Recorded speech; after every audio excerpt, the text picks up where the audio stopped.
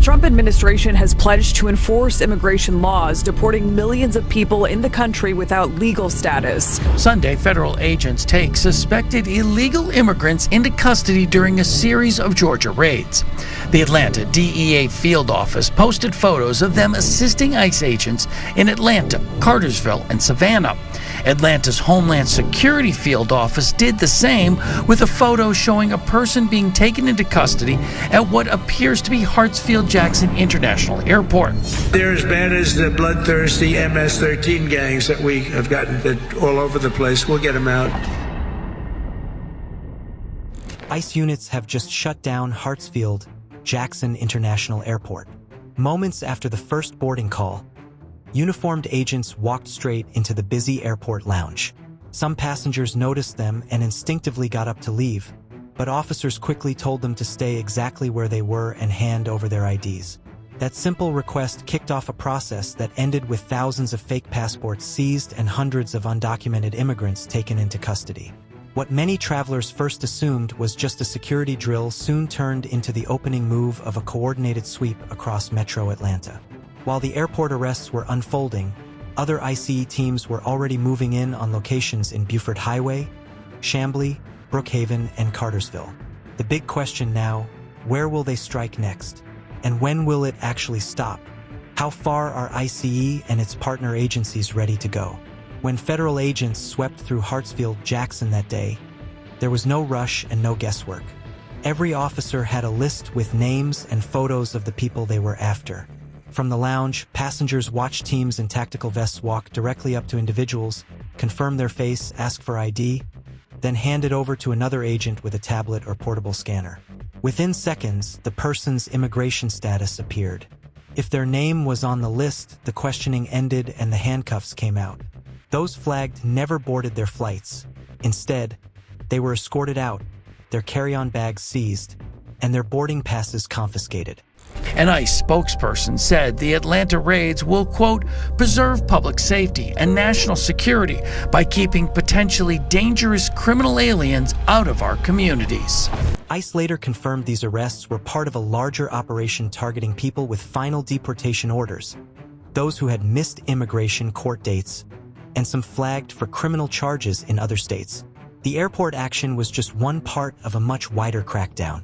Similar raids are taking place all over the country as part of President Trump's crackdown on illegal immigration. Sunday alone, ICE says it took almost 1,000 people into custody nationwide. That same morning, ICE teams were also making arrests in other parts of Atlanta, along with Cartersville and Savannah.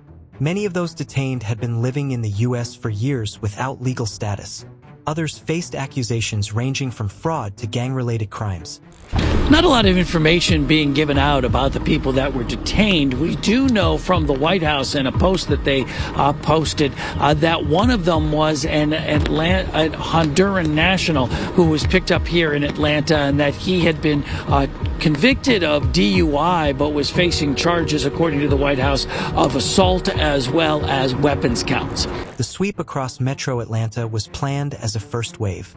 As the airport operation continued, other teams moved in on targets in Buford Highway, Chamblee, Brookhaven, and Cartersville. In Brookhaven, a pastor told reporters ICE agents came to the church looking for a man wearing an ankle monitor. But instead of barging in, they waited outside until he stepped out. In Chamblee, agents went door to door in a strip mall, quietly checking IDs before taking several people away. Over in Lilburn, another team spotted a man on their list through a Ring doorbell camera during a verification stop. His ankle monitor confirmed his identity, and he was arrested.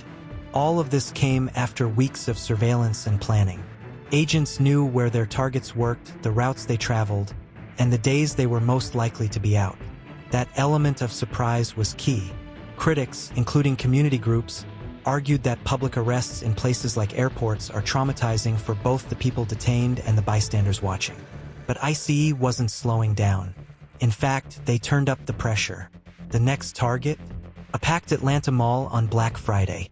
The mall was already swarming with shoppers when the first ICE units arrived. Long lines spilled out of electronics and clothing stores. Bargain hunters had no idea a months-long investigation was about to erupt right in front of them. Armed ICE SWAT teams, backed by Homeland Security and local police, locked down every main entrance before spreading through escalators, stairwells, and service corridors. Within minutes, every exit was sealed. This wasn't a random raid. Federal sources say the operation was months in the making. Investigators had built a list of over 2,000 targets using arrest records, housing data, GPS from immigration ankle monitors, and tips from informants. Black Friday was chosen deliberately. The biggest shopping day of the year meant the highest concentration of people in one place, giving ICE a chance to detain hundreds in one sweep. The operation ran like clockwork. SWAT teams advanced in tight formation while officers moved methodically from store to store, scanning faces against the target list. Some arrests were quiet, a tap on the shoulder, a check of ID, and a silent escort away. Others happened in plain sight, freezing shoppers where they stood.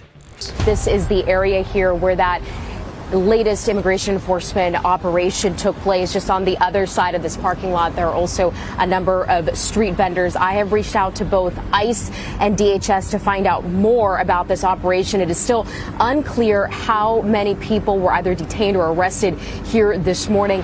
Here in this video, you can see what appears to be several Border Patrol agents in tactical gear taking several people into custody in the parking lot here near several street vendors. You can also see what appears to be a white van with a number of federal agents inside. Again, this is the latest immigration enforcement operation that has been carried out. There have been several in June at other Home Depot locations and businesses. One witness described seeing a mother pulled from her children, the kids screaming as officers led her away. In certain stores, managers locked their doors until the sweep passed, while others were told by law enforcement to keep everyone inside until given the all-clear. People who tried to leave through side exits found armed officers blocking the way. Earlier this morning, I spoke with one worker who was here.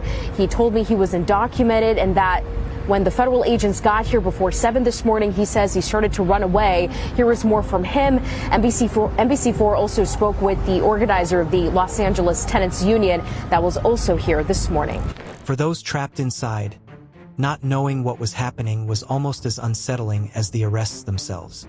Mall management had almost no warning. Staff say they found out only hours beforehand. Many employees didn't understand the situation until they saw people being cuffed.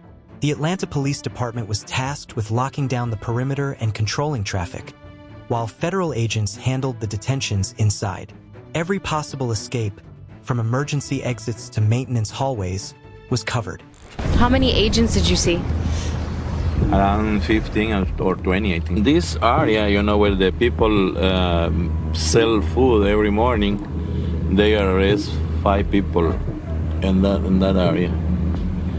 But they arrest more downstairs. They came in unmarked Sprinter vans and trucks, and then a rental Penske brand moving van, or moving truck rather, like a box truck. And they, pulled in over by that Starbucks over there, and then up into this front part of the lot off of Wilshire Boulevard, and they grabbed whoever they could. By the time the buses pulled away with detainees, the financial impact was already being felt. Several stores closed early, losing one of the year's most profitable days. Small business owners complained not only about lost sales, but also about angry customers vowing never to return, afraid another raid could happen. So how has the community here responded to the ongoing raids? They're scared. Jonathan Sanabria sits on the city council. He also grew up here. We are a target for them because we know that they are stereotyping and they're racially profiling us, and they're targeting folks that look like me. The councilman showed us how business owners are trying to lure customers back into these stores. So here's a sign. There's people inside conducting business, but they now have their doors locked. They're saying, hey, knock so we can open the door, provide the services for you. ICE agents would need a warrant to enter. We see stores that are open, but they remain with the gates locked. So this is another way of the stores protecting themselves and their customers from unwanted interactions with ICE. Across immigrant neighborhoods in Atlanta, people changed their routines almost overnight. Some stopped going to public events altogether. Others avoided busy shopping areas. The message was clear: no public space is safe from an immigration sweep. Critics questioned whether sending SWAT teams after mostly nonviolent individuals in a crowded mall crossed constitutional lines. Legal experts warned the operation could face challenges if bystanders were unlawfully detained or searched without cause. ICE, however, called it a success, even a model for future raids, citing the number of arrests and the speed of execution. But for shoppers, staff, and immigrant families caught in the middle, the day felt less like law enforcement and more like a warning. And for many, the fear would last far longer than any Black Friday deal.